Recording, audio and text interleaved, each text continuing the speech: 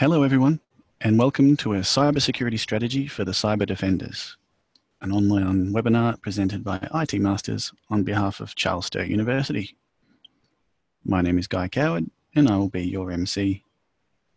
Our industry expert is Dr. Erdal Ozkaya, who I will introduce shortly. Before we begin, some housekeeping. This is a one-off webinar, so for our regular short course attendees, things will be slightly different. As usual, we will make a recording available as soon as possible for those who registered and but weren't able to attend. But we'll make a page for it on the IT Masters webpage, not the usual short course student platform, Moodle. As you can see and hear, we use Zoom for our webinars. We encourage the asking of questions and the use of chat during the webinar, and there are two ways to do so.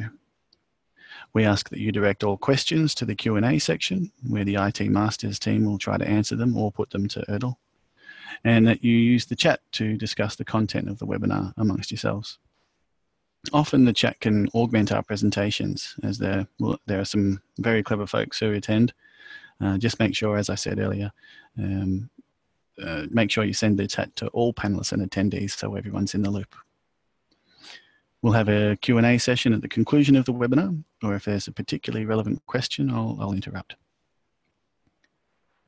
For those who have never taken part in a short course or standalone webinar with us, IT Masters is a training organisation that exists as a partner to CSU, who we work with to create and deliver a number of their master's courses. We also market these courses on their behalf and think and hope that the best way to do that is to give some of it away free. Like tonight. If we do a good enough job, then students will be encouraged to enroll in the full masters if it suits them. But with that said, I believe our short form content stands up, on its own and is its own reward. We want you to learn some useful information from tonight, have some fun, and hopefully make some connections with your fellow students. The legendary Neil McCosh is around tonight to help answer questions and moderate the chat. No doubt many of you have heard from Neil before if you've been around the chaps for a while, so please say good day. But now it's time for our guest expert.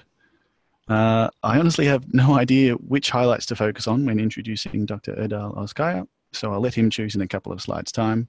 I am prepared to say that the famous Martin Hale is particularly fond of Erdal, as you will have seen from the promotional emails for this webinar. Erdal's a good friend of Charles Sturt University and alumni and IT Masters, I should say, and we're grateful for his time tonight. So could you please join me in welcoming him with chat claps? Hello, everybody. Can you hear me? Yes, we can. Perfect. Thank you for the introduction, Guy, and I would like to welcome everybody who joined our webinar tonight for Australia, this afternoon here in Dubai. By the way, I'm joining from Dubai. And I know I can see some names from London. So good morning, good afternoon, good evening. And for the people that are going to watch this webinar later, hello, regardless of the time zone. I hope we're going to have a great session. You know the agenda. If you want, let's start. Okay, who am I? I'm an Australian cybersecurity researcher who's currently based in Dubai. And my current job is with Microsoft. I work as cybersecurity architect. As Martin stated, I help Microsoft customers in the region.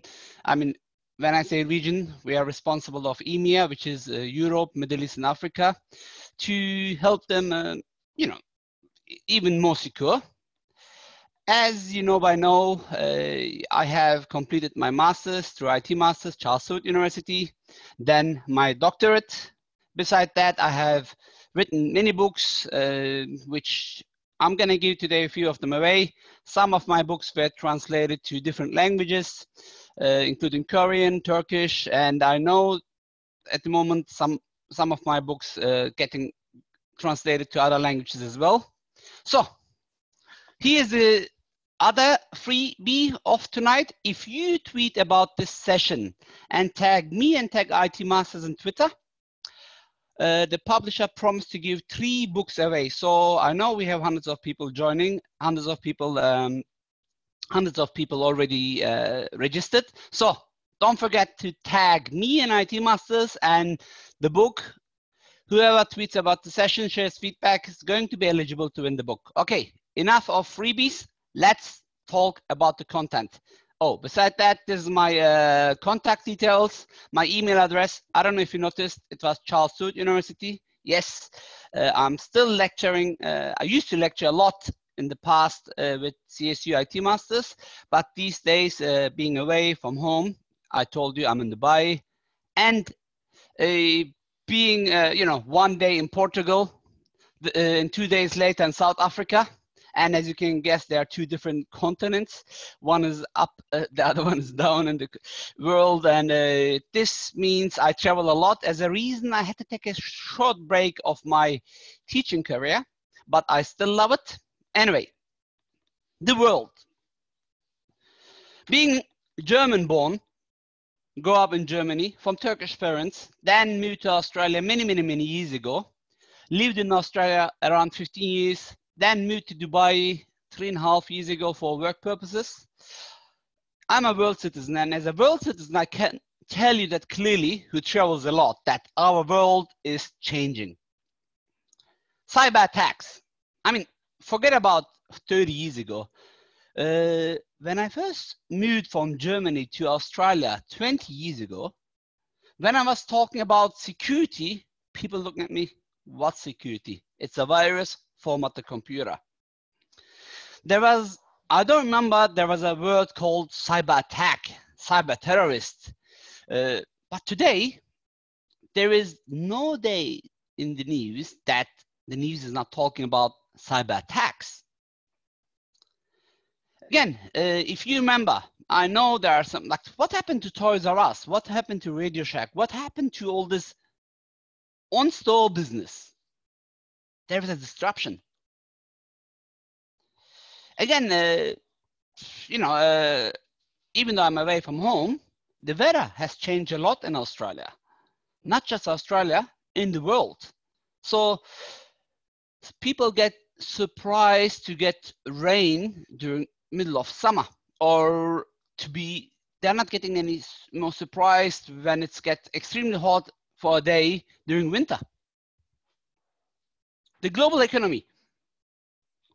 You know, the picture is from Hong Kong, but I am here in Dubai, and the global economy is tied like a domino to each other. And one little mistake can make a big domino effect. And if you remember 2008, the global economic crisis and the effects of 2008, you know,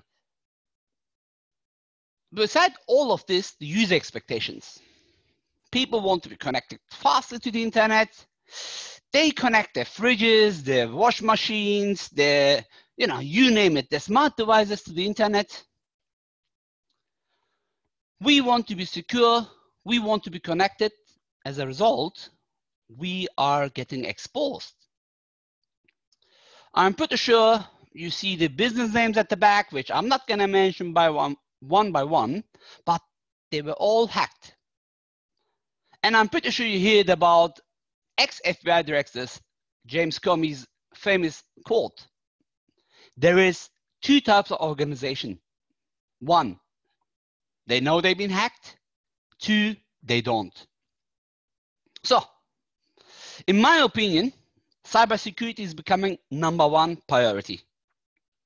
Of course, you might say why. Of course, you might argue with me, but the more we get connected, the more we get digitalized, the more we cannot live without internet. Our identities, our money, ourselves can be replicated very easy. I mean, as Guy mentioned, the legendary Neil, for example.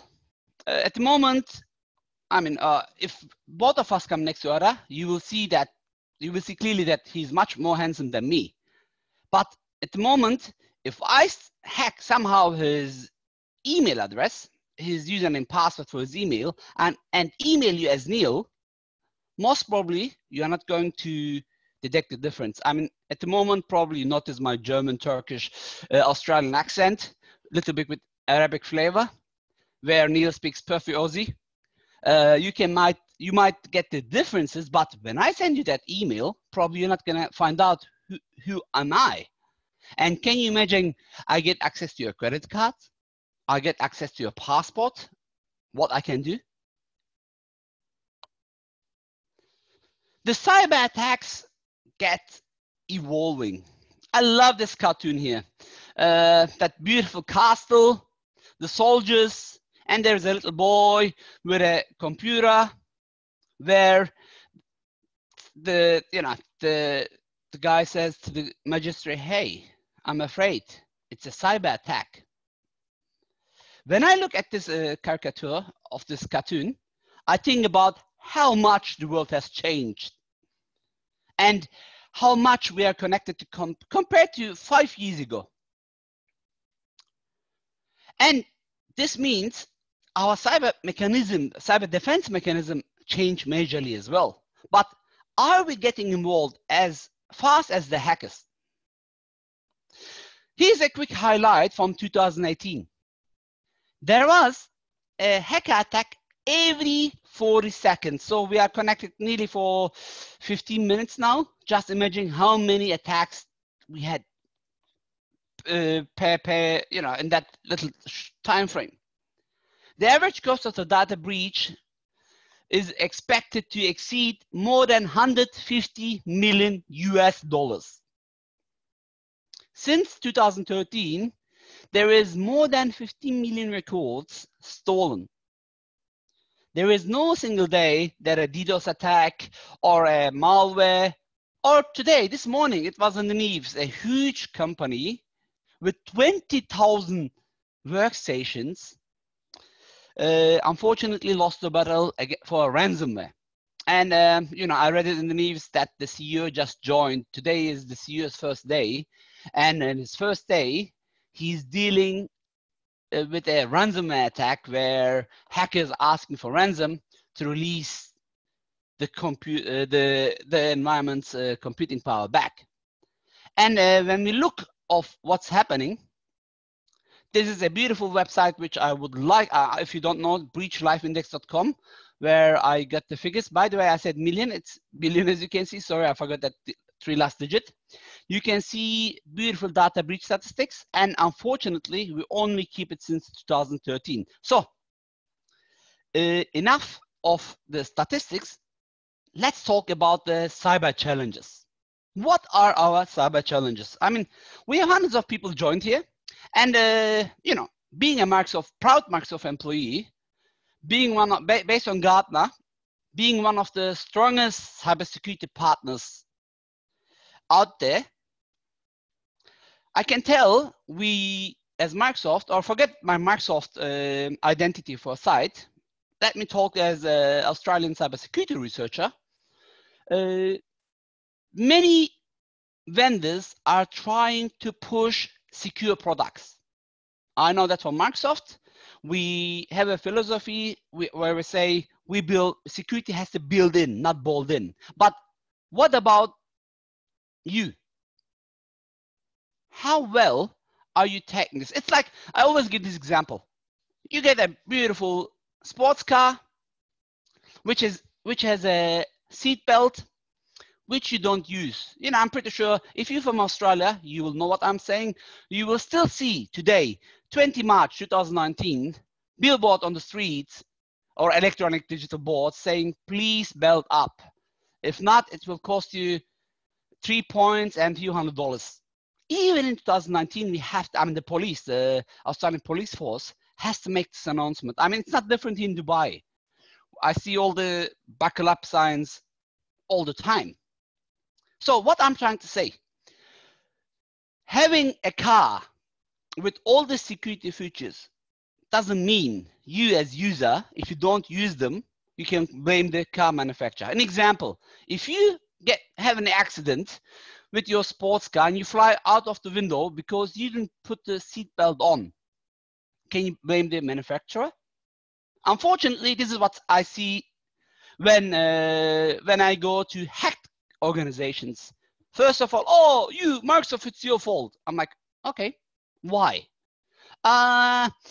We had a ransomware attack, and this ransomware attack where through a vulnerability. I'm like, okay, yes, correct. We are humans. Like everybody else, we might do some mistakes, but as soon as we find out, we patch it. That's why we have regular software updates, and we are not the only one. Every software vendor does the same thing.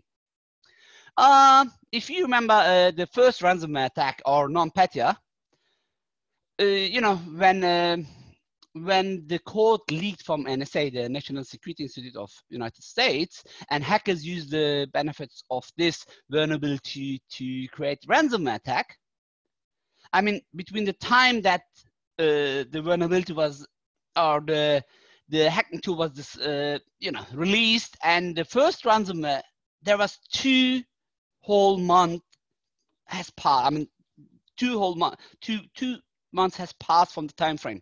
Not 2 hours, not 2 weeks, 2 months. And my question is usually, why did you not patch your computer?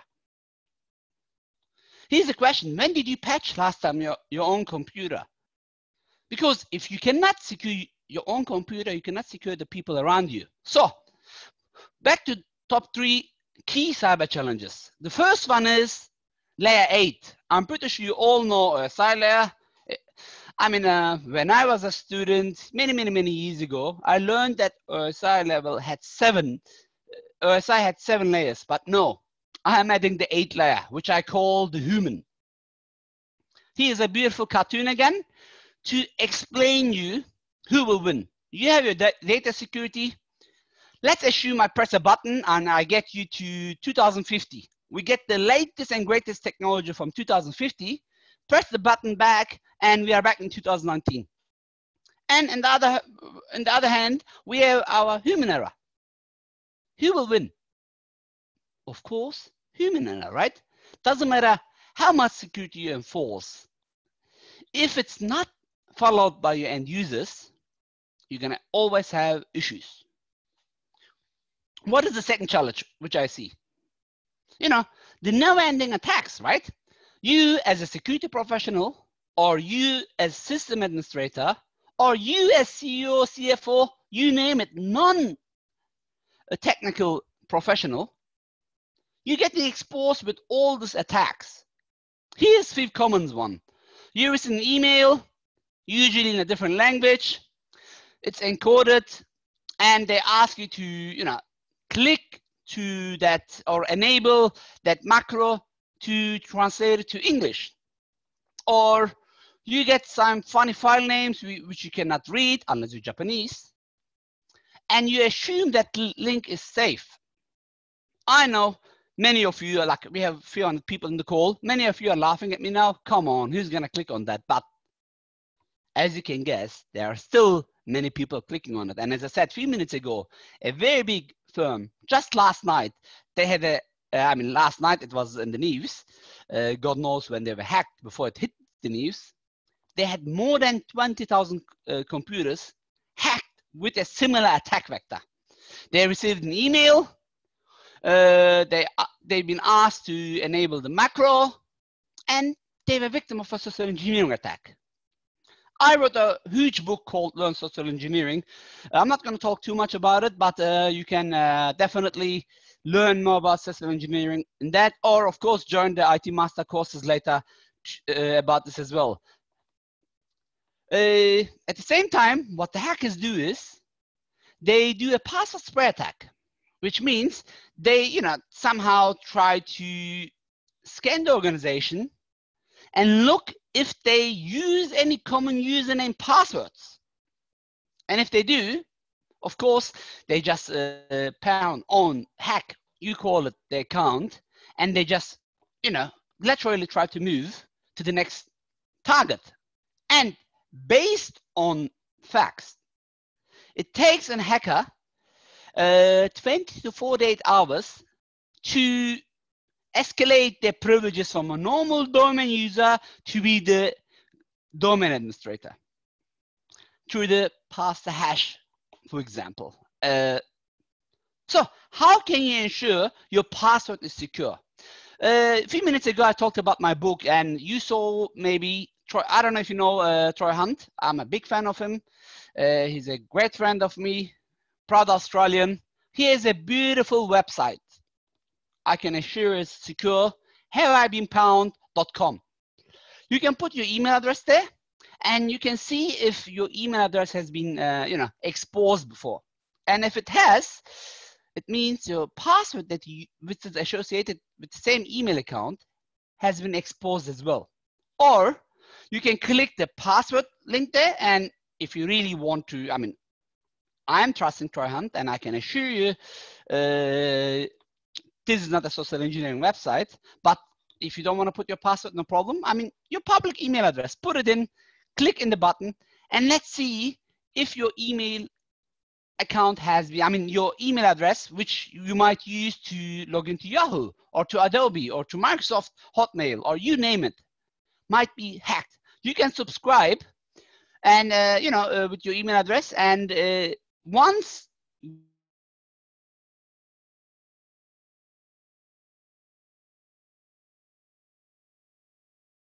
eBay has been hacked, and let's say this data has been shared in the dark web, then you will be able to get the notifications. So what can you do to see if you've been hacked or not? You can just use this beautiful website and learn on the spot that if you're getting hacked or not. 3, least privileges. Did you know that most of the attacks could be eliminated if you didn't have the rights that you don't need? Unfortunately, still, most of the domain and local administrators, they still use the same workstation to connect to their corporate devices, to their corporate data center, or to Microsoft Azure or Amazon Cloud, you name it. Of course, I prefer Microsoft Azure. Remember, I work for Microsoft.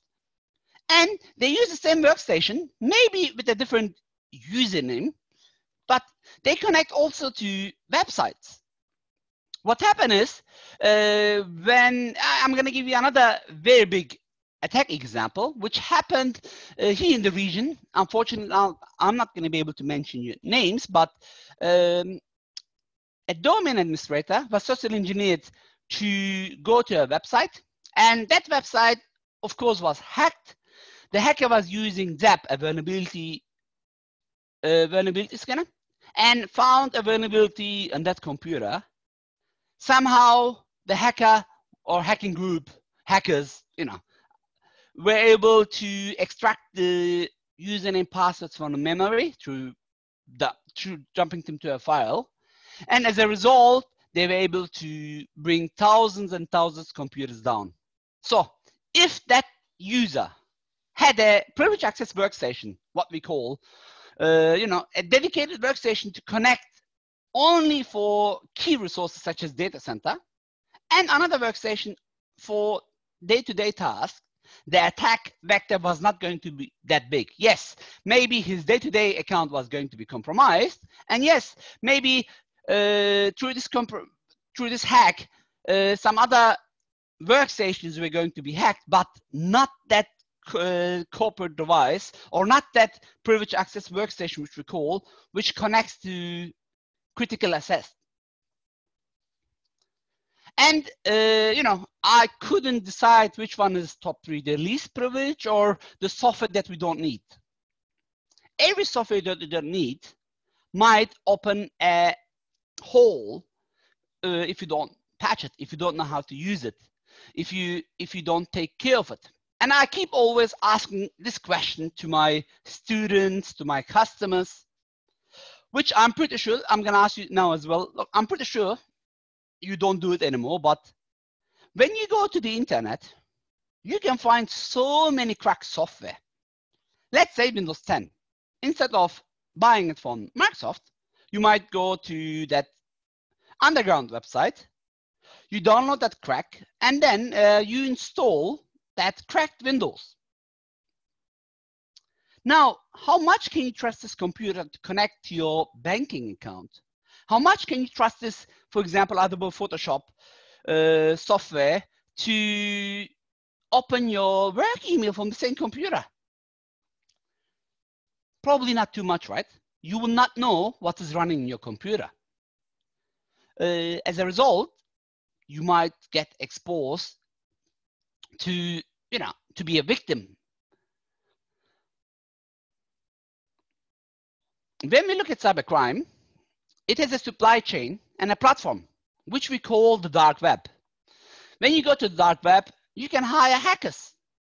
You can hire, ransomware solutions. You can pay for credit cards. You can pay $1 for a Facebook account with 15 friends.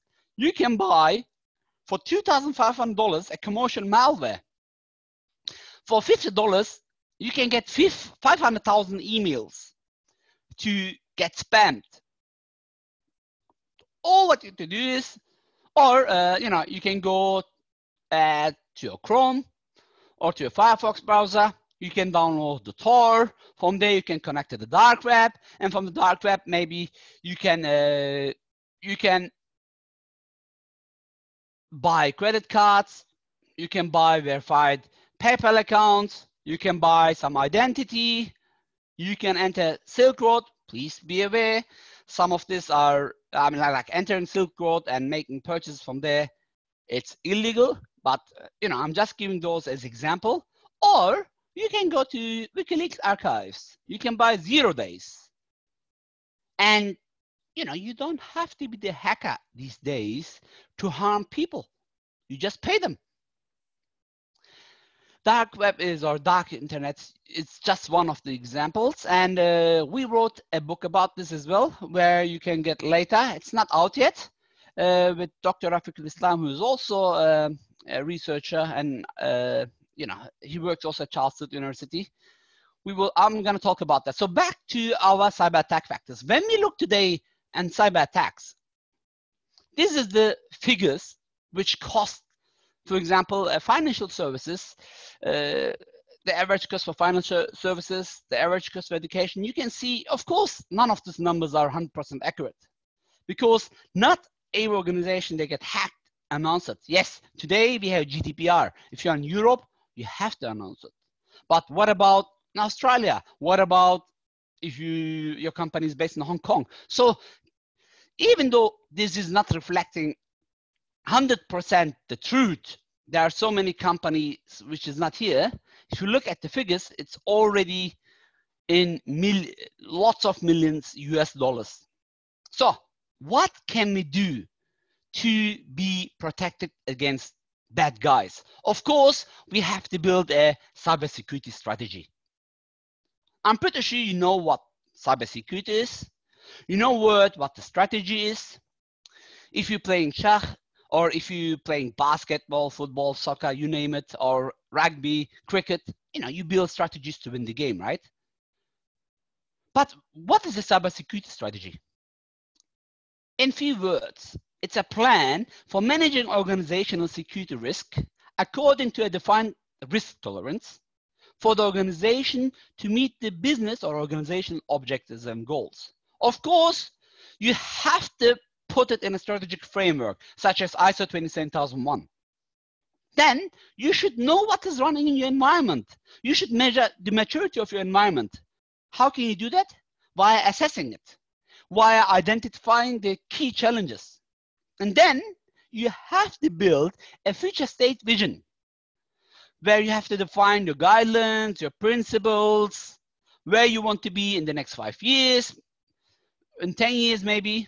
Then through the gap analysis that you do, you have to identify the gaps. You have to build a roadmap. And then you have to get everybody in the organization involved, engaged, to implement what you have found to build the strategy. What I see today in the field, many organizations, okay? Sometimes the CEOs, they don't want to talk to us. You are just an IT guy, a security guy. I mean, this used to be more often 10, 12 years ago, but today, most of the smart CEOs, they know cybersecurity is their issue.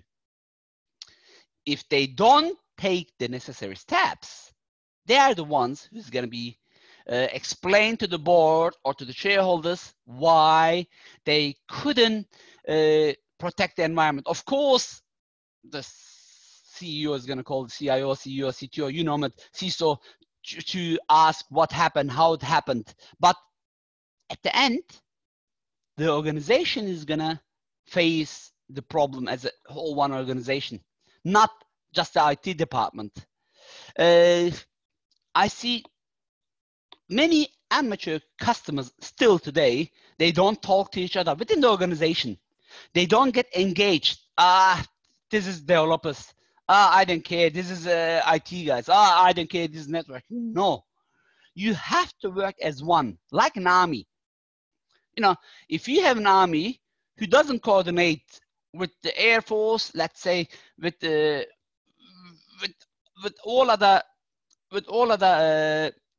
part of the army, they will not be able to win any war. And that's why it's important to have a goal of cybersecurity. The goal of cybersecurity should be not 100% security. Forget about that. Remember? OSI Layer 8. You should aim for security as possible, not as necessary, from security as possible to security as necessary. Again, you might build a honeypot where you want hackers to come in, learn how they try to go into your organization, and have a better defense mechanism. Or you might build a red team and blue team, where the red team is going to try to find the gaps, where the blue team is going to create defense strategies. Again, we have a book for that. You can read this later if you want to. But remember, I gave the army example. Sinchu, I'm pretty sure you heard about him. This guy lived 2,500 years ago, many years ago, before Jesus Christ. And he said, to win a war, you have to know yourself. You have to know the enemy. And you have to know the attacking background. Doesn't matter how much you know yourself. If you don't know the enemy, you're still going to lose the war. Doesn't matter how good you know the enemy. If you don't know yourself, you're still going to lose the war. Regardless how much you know about the enemy and about yourself, if you don't know where you're fighting, you're going to lose the war. So you should build a strategy. Strategy without tactic is the slowest route to victory. Tactics without strategy is the noise before defeat. And I put all this together because I believe, today, it's not I believe anymore. Nations, there is a nation state attacks. Like if I told you 20 years ago that a government is going to hack an organization, probably you would laugh at me. And we all know that a government hacked a corporation because of a movie. Remember that movie, which was, I don't want to mention names here. At the end, I represent Microsoft as well as the university, but a government hacked in a big organization that I'm pretty sure you use it all at home or use the services for a movie, which wasn't that popular. Anyway, back to the topic. As we're transforming from non-digital state to be digital, we have lots of challenges. One of the biggest challenges, of course, are people. New business model means our staff, our people has to learn new ways. Our customers, our employees, our partners, they have to know, they have to, they have to need to contribute to a safe and secure environment. And they should be able to work from anywhere. Here we go. At the moment, I'm in Dubai, and I'm lecturing probably the people from, most of you are from Australia, but I know this is a global webinar, and I can see people from different organizations, from different countries as well. New technologies. New technologies means new challenges, new risks. Threats, as I said a few minutes ago, they're increasing. The frequency is more and more every day, every second, and the impact is getting bigger and bigger, which means transformation are happening all around us, and they are disturbing cybersecurity. When we look at the cyber dependency, the risk is rising, and based on Gartner again, you will see that the impact. Look at this: extreme weather events is still there, natural events is still there, but you see cyber attacks in right up corner.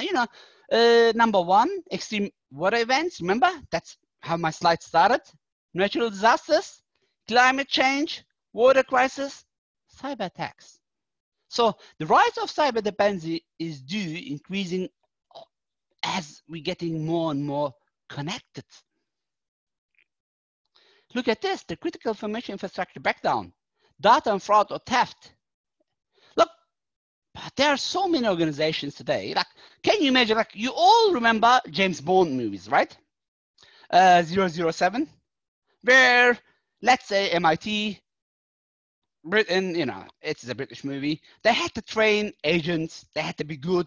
They had to be, like in the movie, handsome, and they had to be multi-skilled, multi-talented.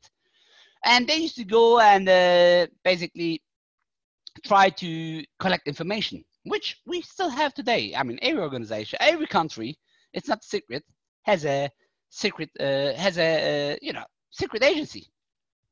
MIT, Mossad, KGB, CIA, FBI, you name it, you name it. But today, I mean, why should I have, why should I send troops to country A while I can just hack them and find out what they're doing? That's why there is cyber armies today, where basically they're trying to attack or defend, depends on which side you are, and defend their countries or attack the countries in the cyberspace. I'm pretty sure you all heard about Stuxnet. Remember Stuxnet? Stuxnet, basically, it was a critical, it was a nuclear power plant, which was close to the world. How did the attack happen? I think it was 2010. It was the first classified ATP attack, advanced threat attacks. A USB key was dropped to the car park. Employees found that USB keys, they plugged it to their computers, and as a result, that nuclear plant was, slowed down for 5 years by 60–70%. Look, I really don't care where that nuclear plant was. The lesson which I'm trying to teach you here is that doesn't matter if you have a closed internet, you are still exposed to risk. Another example, Edward Snowden. I'm pretty sure you all heard about this name. Again, I really don't care if you think he done good or bad to the world, but just think you were his manager and one of your employees getting the company secrets out and sharing it with the world. How happy would you be? Or how happy would your CEO be? Of course, not too happy, right? So, as the frequency and impacts of cybersecurity is increasing, managing security is also getting a bit tough as well, because you have to be more aggressive and you have to know what the hackers do. An example, Microsoft. We receive more than 6.5 trillion signals every single day, and yet we are still able to detect even a single attack to a small company in Germany. I'm not saying that we are the only ones. I'm pretty sure there are some other organizations, they do something similar, but I can proudly speak about Microsoft because currently I'm representing also Microsoft. So the business is transforming, right? But is your cybersecurity transforming with your business as well? Are you aware what you're doing? How good is your cybersecurity strategy? How good or future-proof is your cybersecurity strategy? Did you identify your key challenges? As I mentioned a few minutes ago, do you have a framework? This could be ISO, this could be ITIL, this could be COBOT, you name it. Did you coordinate these actions to address the challenges? And are you keeping an eye on it? I talked about ISO. In ISO, there is what we call PDCA, Plan, Do, Check, Act. You have to plan, you have to do what you planned, you have to check what you did, and you have to act and keep an eye, monitor it, and see what's happening, what's changing. and be always ready. How, before I go to some real case studies, I want to talk about social engineering one more time. I get this question a lot. Erdal, why are we exposed to social engineering attack? Or Dr. Ozkaya, you can call me Erdal, no problem. And I say, I'm pretty sure you all heard about Adam and Eve. Hold on, Adam and Eve? Yes, I'm talking about Adam and Eve. I mean, every religion which has a book, or most of the religions, I know Buddhism doesn't have it, for example, they believe in heaven, hell, Again, I'm not trying to expose you any religions, please, just an example, but you all know the story. Adam and Eve, they were in heaven. They had everything. Like today, most of the human in the world, they're in this world, they're trying to be good, and they believe they're going to get a reward in the other side. When they die, they're going to go to heaven. Or if they do bad, they're going to be punished and they go to hell. Now, back to my example. Adam and Eve, they were in heaven. You know what happened? That apple tree example? The devil came and asked Eve, hey, Eve, you know what? This apple is beautiful. You should try it. I mean, the religion is calling it devil, but I want to call it social engineer. Adam and Eve were social engineered in the heaven. Again, who is Adam and Eve? Based on the mythology or based on the religions, you name it. They are the first human. And here's my point. If the first human gets social engineered, who are we not to be able to get social engineered? It's in our DNA. 2, what else can you do? I mean, first, remember my 3 challenges? It was the human. To have a proper cybersecurity strategy, you have to understand the human. And with that, no matter what you do, human is going to be exposed for risks. 2, you have to understand history. Yes, I'm talking about history. I give you an example from Chen Chu. 2,500 years ago from today. But I want to give another example. Look, from Europe. I'm pretty sure you all heard the name Napoleon. The guy who said money, money, money. But no, I'm not going to talk about money, money, money. Napoleon, he was quite strong in Europe. He started to avoid Europe. He said, hey, you know what? Let me go to Russia. What happened? It was winter. He lost the war. Few hundred years ago, thanks God, Hitler done the same mistake. He was quite strong in Europe. Then somehow he got involved with Russia. He didn't read the history well. He lost. I'm not saying Russia is strong. Don't get me wrong. I'm not here to give any political messages. I'm all talking about just cybersecurity. Then the Ottoman Empire. I mean, we Australians, we know the Anzac Parade, especially someone like me who was born from Turkish parents in Germany and who's a proud Australian. I'm proud of the Anzac Parade in Gallipoli as well. But what happened there? I mean, I'm not going to talk about Gallipoli, but Ottoman Empire were together with Germany in the First World War, and they attacked Russia in winter. They lost 100,000 soldiers without even reaching Russia. This is not because Russia was strong. This is because they didn't know the attacking ground. Remember Senchu? They didn't read Senchu. They didn't read what happened to Napoleon. They didn't read what happened to Hitler. They didn't learn about the enemies. They didn't learn about themselves. As a result, they lost the war. Now, why did I give you history example? The same thing applies to IT. Like, I visit lots of banks, for example. There are still some banks who never heard about Carbonac. I'm going to talk about this right now. If you don't know what's happening in the cyberspace, if you don't know what viruses, what attack vectors are appearing, how are you going to talk about defending? If you don't know, how are you going to defend? Defend against who? Against what? And 3, number 1 was you have to understand human. Number 2, you have to understand history. Number 3, you have to understand the technology itself, of course.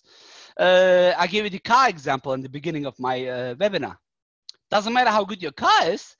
It might have 500 airbags. If you don't buckle up yourself, and in case of accident, you might fly out of the window. The airbag is not going to save you.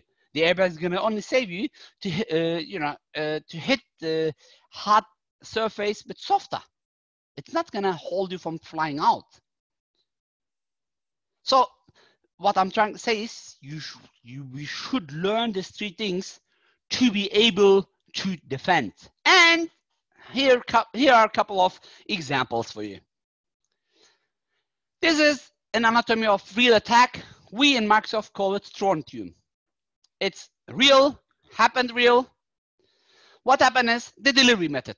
It's still the same. I mean, I got PhD in this. I spent lots of time. I got masters in cybersecurity. And today I can tell you as a researcher or as Microsoft or as an IT professional that most of the attacks are still happening via phishing.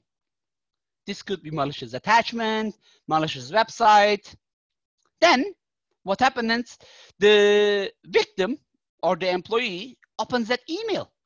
We still have people clicking on links.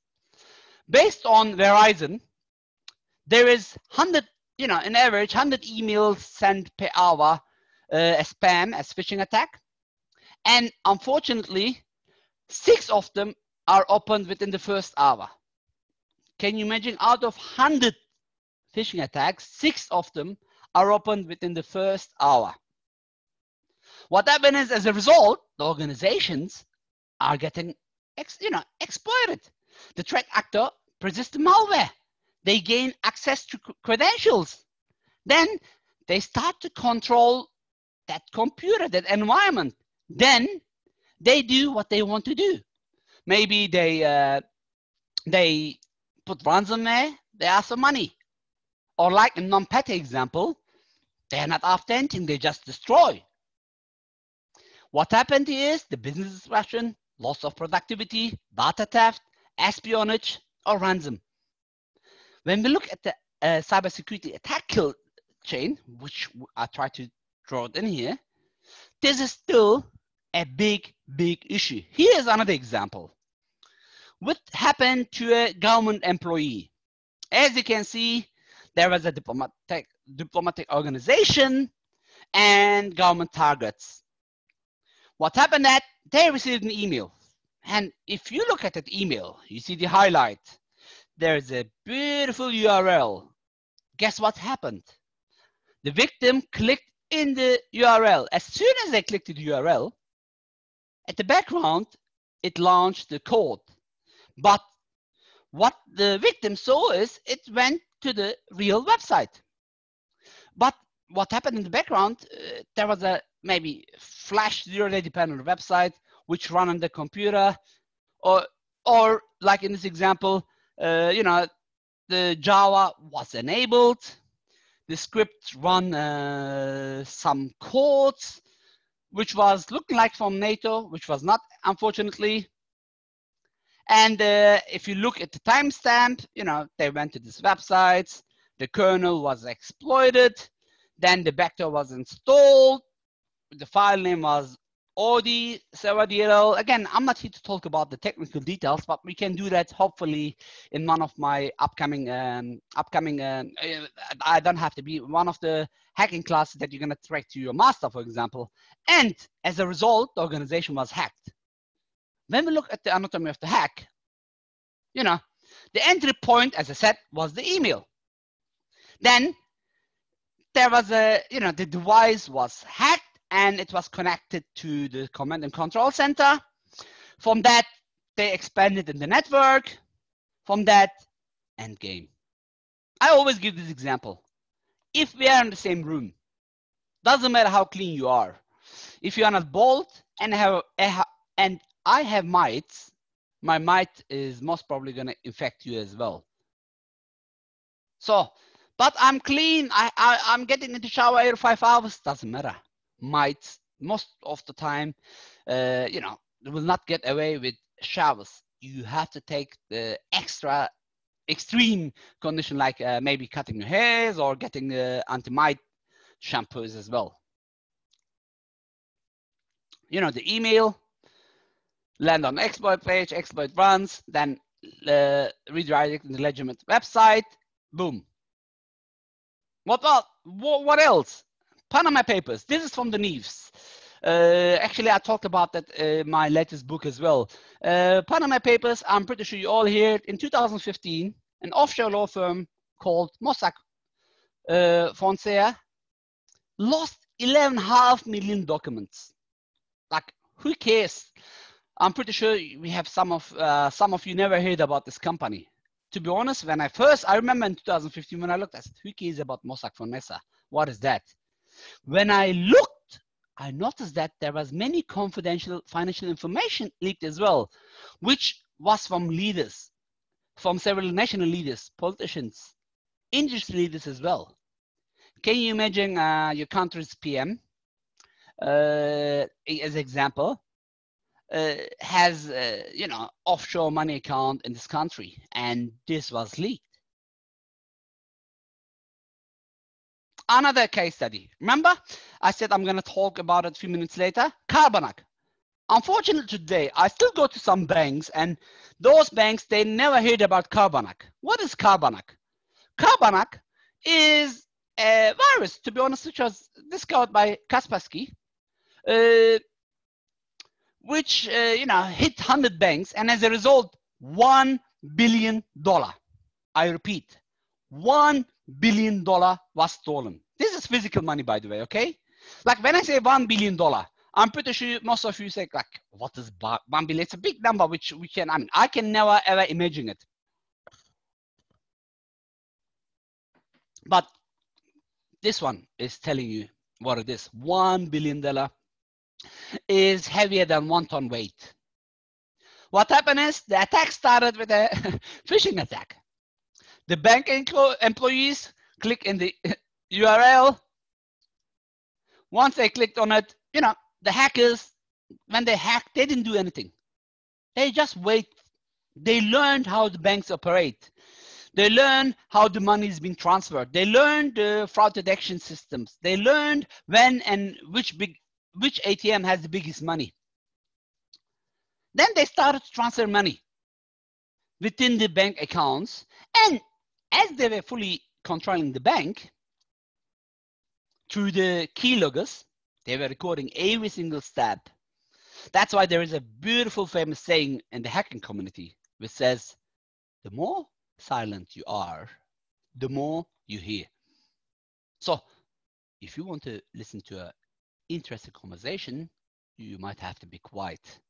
And this is exactly what the hackers did. Okay, then how did they steal $1 billion?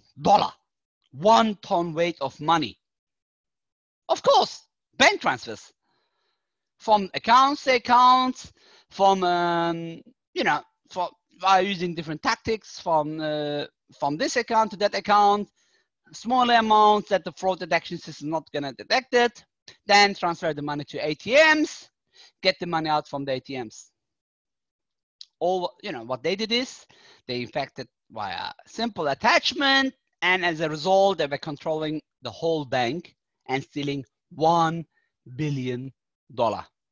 I have more case studies. You can, you know, you can definitely, this is our latest book with Milad Astana, where you can read the book. Again, I'm not here to promote the books, but the books might help you if you're really interested to learn more. I am. I know. Yeah. I am. That's the one that you're giving away, isn't it? Yes, that's the one that I'm giving away. So don't forget to tweet. Remember, I can see already a few of you have tweeted. So I got Twitter open in front of me, like Mel here.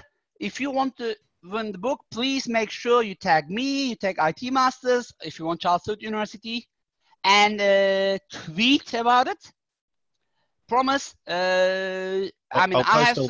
I'll post all the links in the chat so people can see. Thank you. Thank you. Also, there's been a lot of love for the $1 billion. lot of Dr. Evil stuff in the chat, so that's really nice. Okay, should I take some questions about it now, or should I continue and do that at the end altogether? We'll keep going. We've only got a couple so far, so feel free to add some in, folks. So please don't forget. At the moment in front of me, I got Twitter open. Please tweet so you can win. Okay.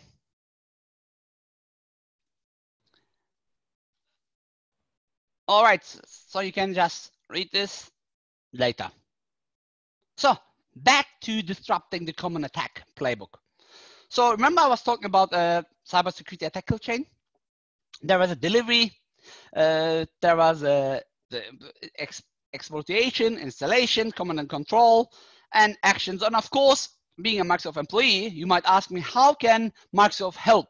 Microsoft has built many different products and services. Like just using Windows 10 will make you part of Cyber Defense Operations Center, because we learn what's happening in the wild and we ensure that Windows 10 is attack proof against us.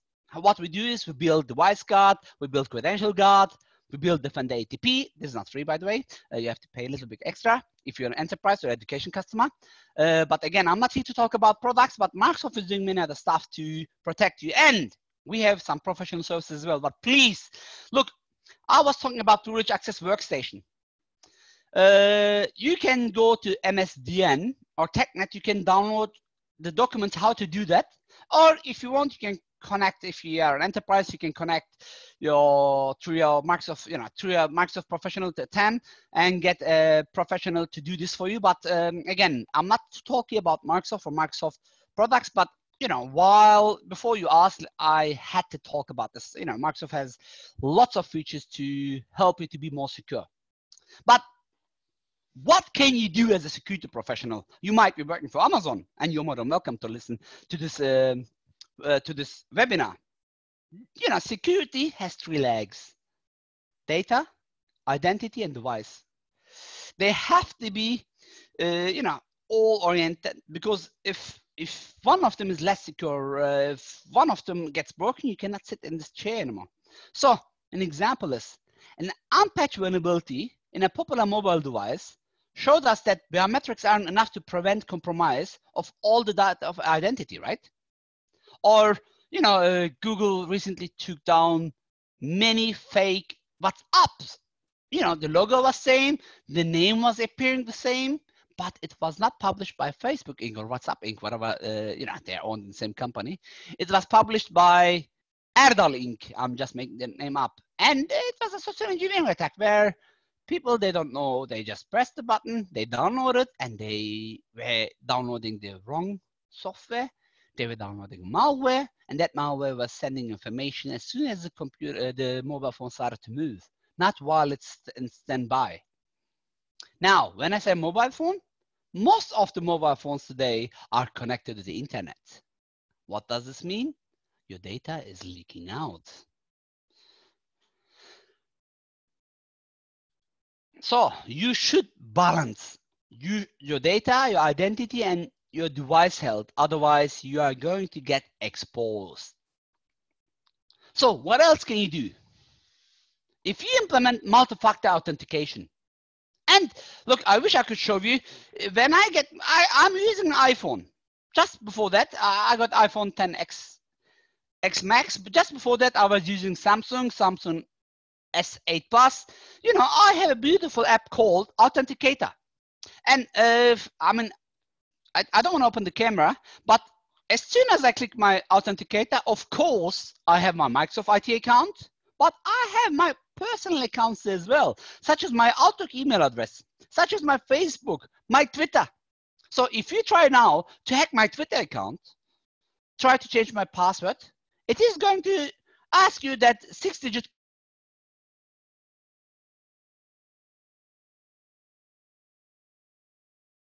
So having multi-factor authentication is going to make the hacker's job harder. Remember, there is no way to stop a hacker. All that we can do is make their job harder. Remember, there is no 100% security. Security as necessary should be your strategy. Please update your computers. The more you stay away from updates, the more you are exposed. Look, I'm not talking about future updates. I really don't care if your latest Windows or your latest Photoshop or your latest WhatsApp has that direct chat For example, in WhatsApp, you can create groups. In that groups, you can have members. And now, within the group, people can just chat to each other. I really don't care if you have this feature with the latest update, but I really do care if your update if you don't update your computers when it comes to security flaws. Please ensure you update your computers for security flaws. Please increase your user awareness. Remember, users are the first attack vector. Users are the easiest point of getting into an organization. Please keep an eye, monitor devices. BOID is great, but know what they have. And for system access, ensure you have least privileges. This is the first actions which I would, or Microsoft would recommend. Then let's talk about Gartner. Gartner is an independent research firm. And when you look at Gartner top 10 security projects, based on the vice president, he says actually, focus on projects that reduce the most amount of risk and have the largest business impact. This can be our strategy, right? Focus on projects which will reduce our risk and will increase our, our business impact. I like it. So what can we do for this? And when you look at Gartner, it's going to be, their recommendation is going to be similar to my recommendations as Microsoft employee, as cybersecurity researcher, as author, as speaker, you name it. Please, PAM, the privilege account management, please make it harder for attackers to access privileged accounts. And it should allow only security teams to monitor behaviors for unusual access. For example, your PAM solution should have impossible login.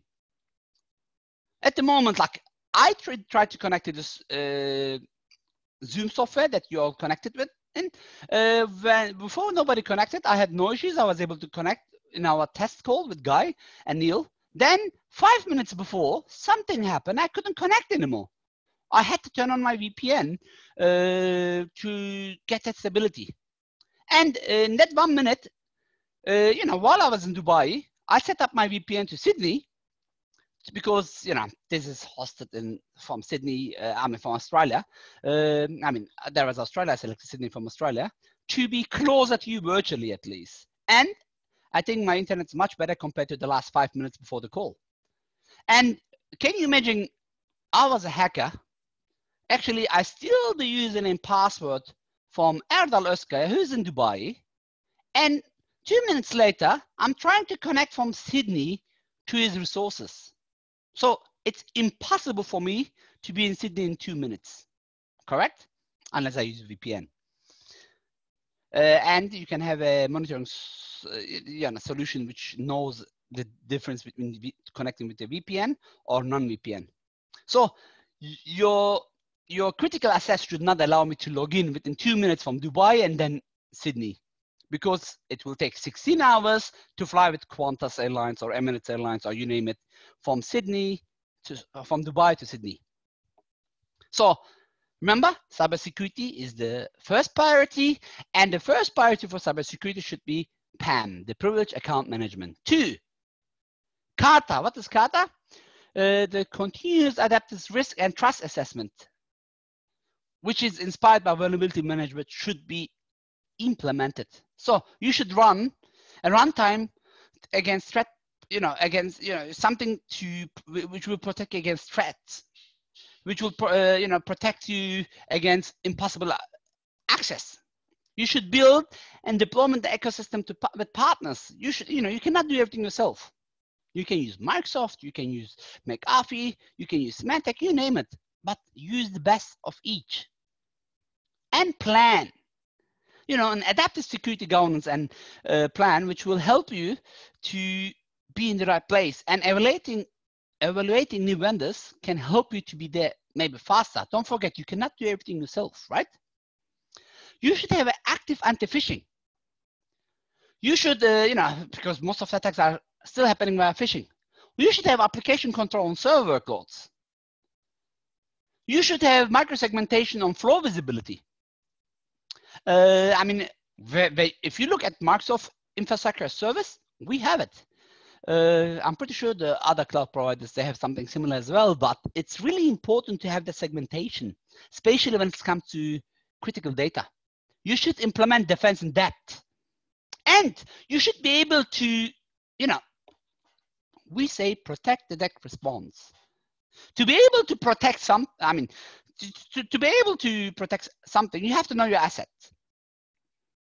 Let's say your asset is your mobile phone in a dark street, which crime rate is quite high. Will you walk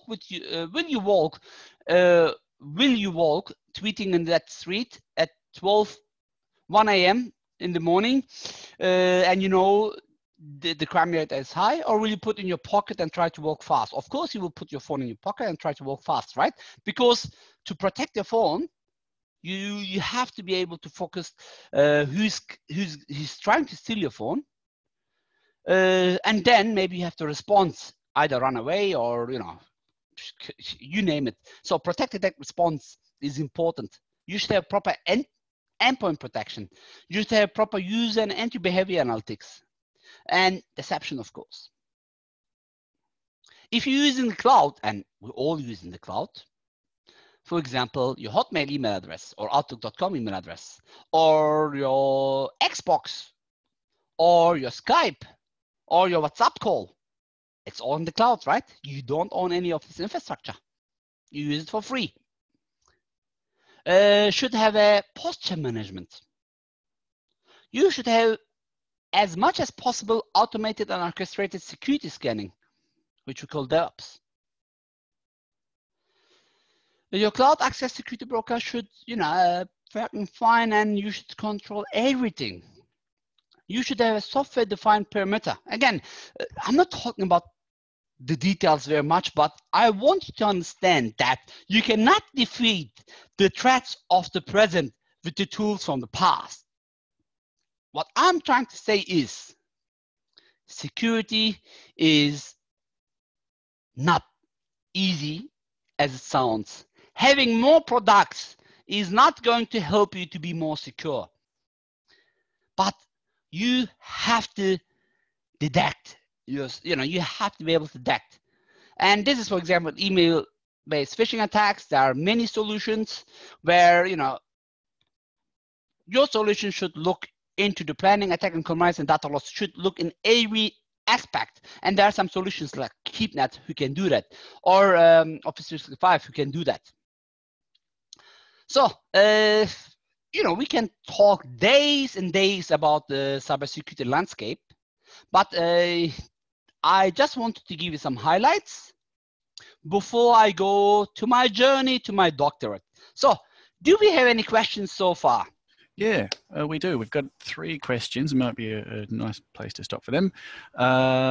Matthew has asked how the Internet of Things impacts, I guess, what you've been talking about. Now that we're, as you say, we're more attached to the net, and more things are attached to the net.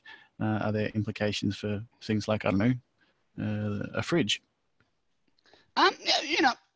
The best thing, by the way, as you can see, I'm following on Twitter. Thank you, Mary, Paul, Ben. I'm going to follow them, and don't forget to hashtag as well. So, Internet of Things. Remember, in the very beginning, actually, I talked about that. I said people are connecting everything, even the pens, to the internet. Like, I still don't know why your fridge should be connected to the internet. I saw ransomware in a washing machine. What? What does that even look like? What does that look like? I'll send you a screenshot later. Okay. Dirty washing. I don't know. Yeah. What I'm trying to say is, that big DDoS attack in Internet of the Things, where people keep connecting, but they forget one little thing. They never change the default username passwords. As a result, they were getting exposed. Internet of the Things is today getting big. And lots of universities have started to do even more in-depth research on that. And lots of companies such as Microsoft has now divisions for IoT as well. Regardless if it's an IoT or any kind of other connected device, we should take care of it as it's a critical infrastructure, because this could be an entry point for your organization. So DDoS, what was a DDoS attack? For the folks, they are from Sydney. It's like Parramatta Road during business hours, or from Melbourne, it's like peak hours. There's much more car in the street than the street can handle. As a result, there's a traffic jam. As a result, you cannot go home within 10 minutes as usual. It's gonna take you 1.5 hours. This is what a DDoS attack is. Legitimate people trying to connect to your website, but the website is not accessible. Legitimate people trying to connect to an ATM to get some money out, but because of the load, the services is, the CIA that we talk about in security, confidentiality, integrity, and availability. And the availability is not there where it allows you to connect. So yes, you have to care about IoT as well. Does this answer the question? Yeah, but and then it leads to Jeremy's question nicely. So how does the challenge current models and practices? How do you protect a fleet of thousands? I mean, the same way. I mean, honestly, when you come here, where was that slide? Maybe you will not be able MFA, but you have to have segmentation. You have to have, you have to take care of the basics, such as changing passwords, making user aware, monitor the devices. It really doesn't matter what it is. Maybe multi-factor authentication at the moment. I think I'm really not sure about that, even with Windows 10 for IoT. I'm not about sure MFA in IoT, but regular updates, increasing user awareness, monitor devices, they're all applying to the IoT environment as well. We cannot separate them. They're two brothers or two twins. We cannot separate them, in my opinion. So you have to take the same steps. Maybe with IoT, you will not able to have, let's say, antivirus, but you can build secure IoT with limited capabilities, and you can, once you know what IoT does. For example, your IoT device communicates with your network in port 60. You can, create a SYN rule, for example, for port 60 to monitor what's happening in port 60 and get insights of what's happening there, which will help you to be a step more secure. Okay. Ben's asked on SIM rules, whether you have an opinion regarding organizations who change their critical asset list every sort of 3 or 6 months. He's seen several occasions where organizations abandon SIM and detection on assets that were classified as critical 6 months ago, but of course these can be hacked later. Okay, this is a tough question. Okay, this is a really tough question because an organization should not change their critical assets every 3 to 6 months, right? I mean, it will take, the planning should take 3 to 6 months before you implement that critical asset. I mean, if there is such an organization, then what I would suggest is, remember I was talking about defense in depth. Implement layers of different security where regardless what asset change inside, I mean, asset, a human can be an asset. If you have a CISO which change every 6 months, you're in trouble because every different person might have different defense thinking, which is, you should not change your strategy. Just think about the sports team. Can you change the players every 6 months? Yes, you might fire the coach and get a new coach twice a year, but usually only the coach changes, not the players. Same with companies. This is not the best practice, and I wouldn't recommend. I mean, I don't know. Maybe I misunderstood the question, or that's why I'm not going to be able to answer it right. But based on my understanding, how can we? The question was, how can we protect companies? They change the assets, critical assets every 3 to 6 months. Thinking of service, thinking of security. I cannot think which changes every 6 months. That's why, you know, the only thing which I can think is like you get an employee, you hire them, you do handover, they learn the environment. After 6 months, you find out he's not or she's not the right one. You replace him with a new one. And this might happen 3 times in a row. But if you don't have a B plan, this is already bad practice. That's why, you know, cybersecurity should have a strategy, as we spoke earlier, which will help you to be more secure. I hope I was able to answer the question. If not, please rephrase. That's what I understood, at least. Yeah, Ben sent in a couple of maybe little clarifications. It's the politics of organizations, not so much, I guess, how to help out. With the politics, yes, correct. I mean, I saw this in the governments a lot. Yes, now it makes more sense. Like, you go to a government organization, and let's say there was an election, and I mean, I saw this happen, okay? It doesn't happen in mature countries like Australia, but, you know, being in Middle East Africa, you visit many different countries, and sometimes political election means changing your key assets and maybe throwing millions of dollars away to get a new software solution. Or I see this, yes, something else came to my mind. You know, think about a big organization which has 2 different software units, I mean IT units. Unit A hates Unit B. They think they are separate. They have a different software budget, security budget, where they use to protect their division, where the other one, you know, they have some relation with the seller, or they, you know, they like the product without even talking, what we call shadow IT, basically. Buying software without thinking if it's good for the rest of the organization, as we call shadow IT, might cause some issues.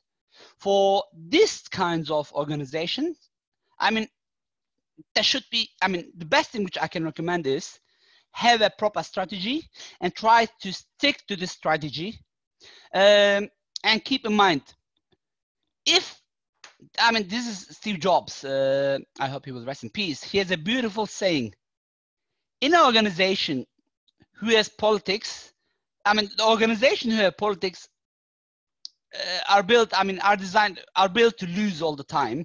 Only organizations they have proper strategy will survive. I mean, he said it true for his innovations, of course, but I'm taking this phrase and putting it in cybersecurity. An organization who has lots of politics and not proper cybersecurity strategy is most probably, as James Comey said, one of the organizations who's been hacked and they don't know about it yet.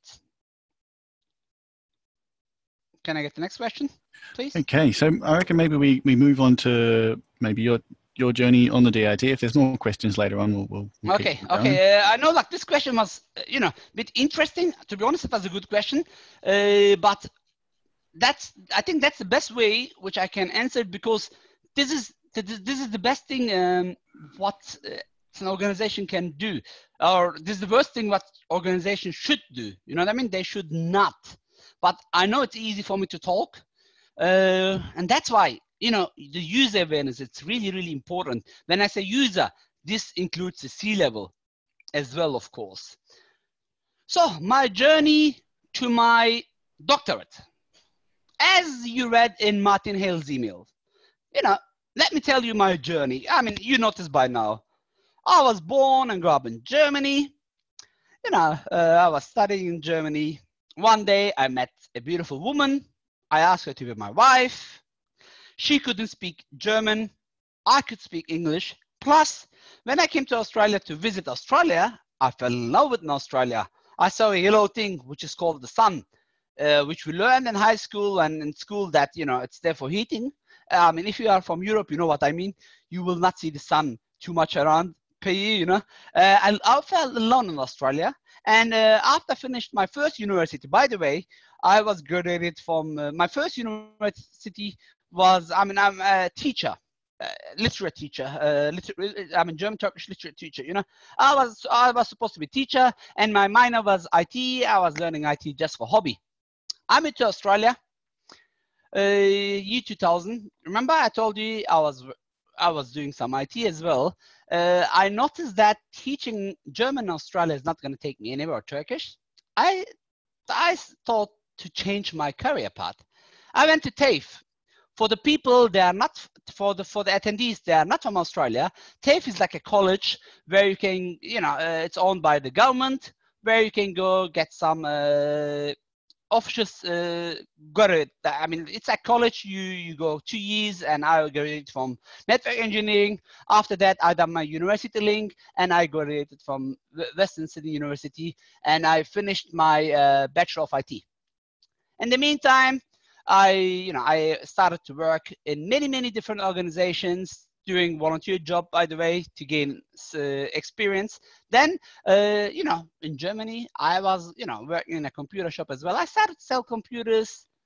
I started to do, implementation services. I opened my own business called CUIT Training and Solutions, which, within 5 years, I grew the business to be a multi-million-dollar company. But in the meantime, we started to go to exhibitions, and those exhibitions, such as Microsoft TechEd, or you name it, big conferences, I met someone called Martin Hale, or Neil, who's the legendary Neil.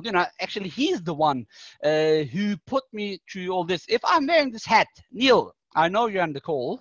This is because of you, as I said in my graduation speech, right? He always tried to convince me, Erdal, you have to come and do masters. I'm like, why? Look, I'm teaching already hacking classes for EC Council. I'm writing books for EC Council. So why should I do masters? What is the benefit to me? Anyway, I'm glad I listened to Neil, and I started my master's degree. He's very persuasive, isn't he? He is. It didn't happen over a day. Okay, it took him over conferences. Like, again, it was not just a student or client relation. Neil wanted to help. I'm like, how can a master help me? Back then I had my own business. Then I sold my business to Fastline, as you read in the email. From Fastline, I joined Camp Technologies as regional director. But in the meantime, I started, to study. But hey, I was traveling a lot. Hey, I was a regional CTO in Fastline, Chief Technology Officer, then regional director in Camp Technologies. I had no time to go to university classes. And Neil convinced me. He said, everything is online. I was saying, how can I learn online? But I did. The books were shipped to my home. The lectures were recorded. I had to do physical exams, go to exam center, and it doesn't matter where you are. If you're in Singapore, we have exam centers in Singapore. If you are in Dubai, we have exam centers in Dubai where you can go and do your exams during a master's. And this is my transcript. If you go to, as you can see, it's my name. This is what I did at Charles Sturt University via IT Masters, thanks to Neil. I started Master of Information. So I started Master of Networking System Administration. Then Neil said, hey, Erdal, you are really good in security. Why you are not moving to Masters of System Security, which makes sense. I transferred my credits. But in the meantime, as you know, I had many, I have more than 100 certifications. I'm ISO certified, EC Council certified, CIS certified, you name it. I learned that I could get university credit for those certifications. And as you can see, I had 1, 2, 3, 4, 5, 6, 7, or 8 credits transferred from my industry, for being in the industry and for completing the certifications. All I had to do is complete the other certifications or other courses which I didn't have. And as you can see, I started online. I had my marks. Oops, I forgot this one here. The books receipt.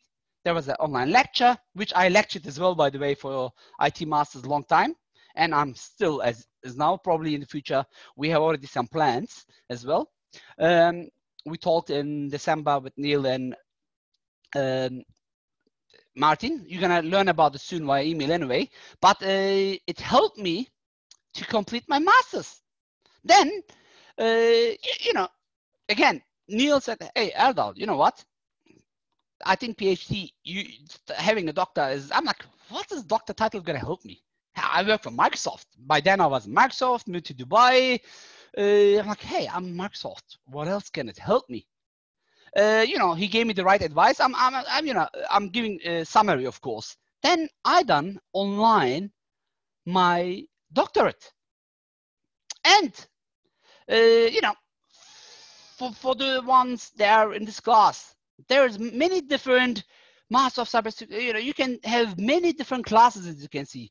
One of them is Dark Web, which I'm going to talk shortly. You can just, if you have CH, CISP, or if you have Security Plus, you will get credit. And while just completing 5 other classes within 1 to 2 years, you can get Master of Cybersecurity from prestigious Charles Sturt University, which is one of the biggest universities in the world, actually, when it comes especially for online training. And this is, can you imagine, during my time, there was not such a thing called Master of Cybersecurity. It was called Master of, you can still do Master of Information System Security, but now I wish I had that opportunity to do Master of Cybersecurity. And, again, Martin and Neil and the rest of the team, they convinced me. I started to teach for the university as well. I started to give many free IT short courses. And we actually got a poll on that, don't we, Erdal? We've got a poll. yes, we do. Asking Please whether keep asking. I'll launch the poll. Yes, have you ever taken part? I'm really interested in finding out who actually came tonight, because we have a lot of short courses. And which are free, right? Free short courses. Yep. What does it mean? I'm going to talk in my next slide anyway. Don't pretend. Yeah, we run them every 2 or 3 months, and 80% of the people in here know about them. So those that don't, you can check them out on our website. For those that aren't ready or aren't interested in the paid courses, you can come along and do the short courses as well. So from my end, I'm going to click yes, because I did it. By the way, this is the while this poll is running out, running in, this is the famous Martin Hale. I have a picture with Neil as well. Neil, can I show you a picture as well while you're giving me my beautiful Charles Sturt University bag? I didn't put it in. And, this is the, Dr. Rafiqul Islam, Professor Irfan, and the rest of the, Charles Sturt team. I was in Magawaga, flew all the way from Dubai, and now I'm a doctor. So for the ones they don't know about the free courses, when you go to IT Masters, just click in the free courses and you will see many free courses, and you can attend. This is one of my courses which I taught at the past. You can get your certificate, once you pass the exam, you can get certificate. And if you think I'm not continuing learning, look at this. I'm getting myself certificates as well. By the way, I never met Richard. I don't know him in person, or I don't get access to exam questions, but I'm still, being a doctor is not the end. I still love learning, and I enjoy the free courses, like the pen test course we just finished. Don't worry if you didn't join. You can still join online, and you can do backwards all the exams and get those certificates. I would highly recommend you to do so. So this was my journey for doctorate. Again, I know it sounds fishy. It sounds like marketing, but I swear to God, look, I finished. Yes, I know I lecture at Charles Sturt University, but I finished my doctorate, I finished my master's, and I'm still, it was part of my speech, by the way. I thank Neil a lot because he was the one who convinced me. And look, I'm going to tell you something. Recently, I resigned from Microsoft. Yes, today I done this webinar as Microsoft, but being a doctor helped me a lot in my current role, but I'm joining a very big bank as head of cybersecurity, as there's a new term, as head of information and cybersecurity. Wow! And congrats! Yes, thank you very much. I had no idea. To be honest, it just went official. Cool. We signed. I resigned from Microsoft. I still love Microsoft, as you noticed. And I love Microsoft. I honestly love Microsoft. Before I was Microsoft's employee, I was loving Microsoft as well. What I'm trying to say is, it helped me to, it's Standard Chartered Bank, by the way. It's not secret. They have more than 87,000 employees worldwide. They're in Australia, they're in Dubai, they're in South Africa, they're in London. They are everywhere in the world, or we are. And my study, my industry experience helped me to get a very prestigious job. I'm not just saying the study done it by itself, but the study, don't forget, the CV is the first entry point.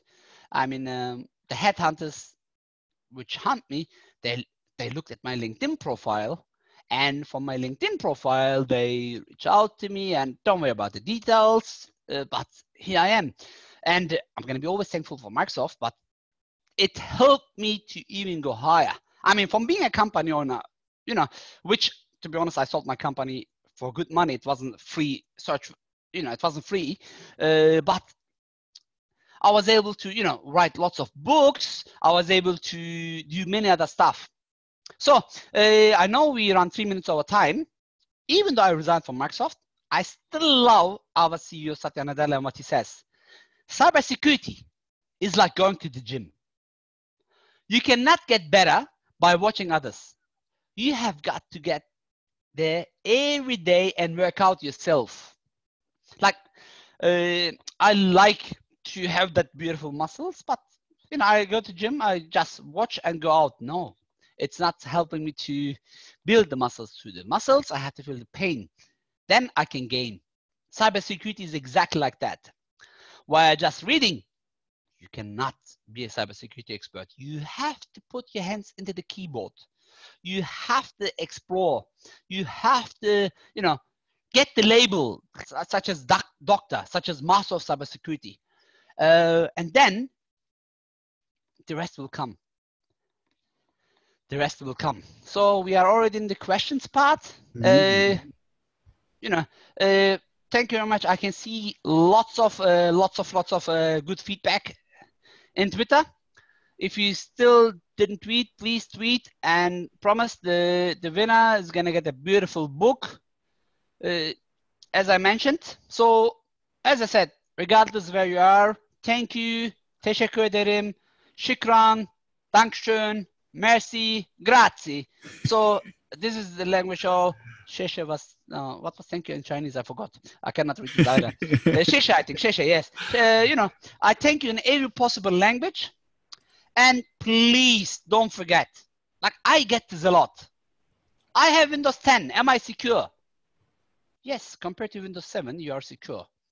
But if you don't use Credential Guard, if you don't use, for example, Application Guard, Windows 10 has also limited security where you can just enable the free features of Windows 10, such as Credential Guard. Remember, we talked about pass the hash, where the hacker dumps the memory, passwords that try to see the hashes. If you enable Credential Guard, they're not going to be able to do that. If you don't want to pay for antivirus, Windows Defender is there. Or if you know, Windows 10 has lots of great stuff for you where you can use. Please do those and you know, use the resources to help yourself to be better. With this, I'm coming to the end. Again, this is my honest feedback. I would like to thank IT Masters, not as an, you know, as a partner, for everything. And I know it sounds cheesy, but I'm telling this from deep of my heart. Thank you, Neil and IT Masters and Martin and Chantel and everybody else to convincing me to do my masters, to helping me to finish my doctorate. It helped me a lot. And I done this webinar, you know, all the way from Dubai, trying to help you as well. As you can see, I'm helping NATO against terrorism. I'm part of Springer when it comes to security and privacy in communication networks. You know, I'm trying to do my best. And I just forgot, there was one more slide here which I had to talk about. Where is it? I think I didn't save that slide. You know, dark web. You saw it here. Let me talk about it. We're writing this, you know, that dark web, which the book that we're writing at the moment, it's going to be for dark web as well. Doesn't matter if you do the masters or not, you can just still get access, hence the book of dark web when it's been released, about to be released soon. Thank you very much, IT Masters. Thank you very much, everybody who watched this course, and keep in touch. Erdal, thank you so much. As always, your enthusiasm and generosity is so much appreciated. Just for your info, I've launched a poll and I'll share the results now about, having heard your story, whether people are interested in further IT study, and you should all be able to see that on the screen there. A lot of people are into that. So we'll go through those results in the next few days, and we'll get in touch with people that are interested. But yeah, for those that, just like you, Erdal, love the learning, come along to the short courses. I'm so glad to hear that, you're happy and things are going well, Erdal. It's lovely to hear from you again. And thanks, Neil, and for everyone for attending. Sorry, I'm going to take over. Please. No, my industry certification will get me through, or no, I've done enough. There is no enough, ladies and gentlemen. If you are in cybersecurity, unfortunately, there is no ending. It's going to always after, there's going to be always something after coming. So, currently, this book is getting released. Again, I know I started to talk too much about the books, but cybersecurity for beginners. And my first advice for beginners, I know the people here were not beginners, is cybersecurity is about non-stop learning. If you think you learned enough, you're going to be outdated very soon. Please, at least do the free courses and keep learning, keep updating yourself. Thank you very much.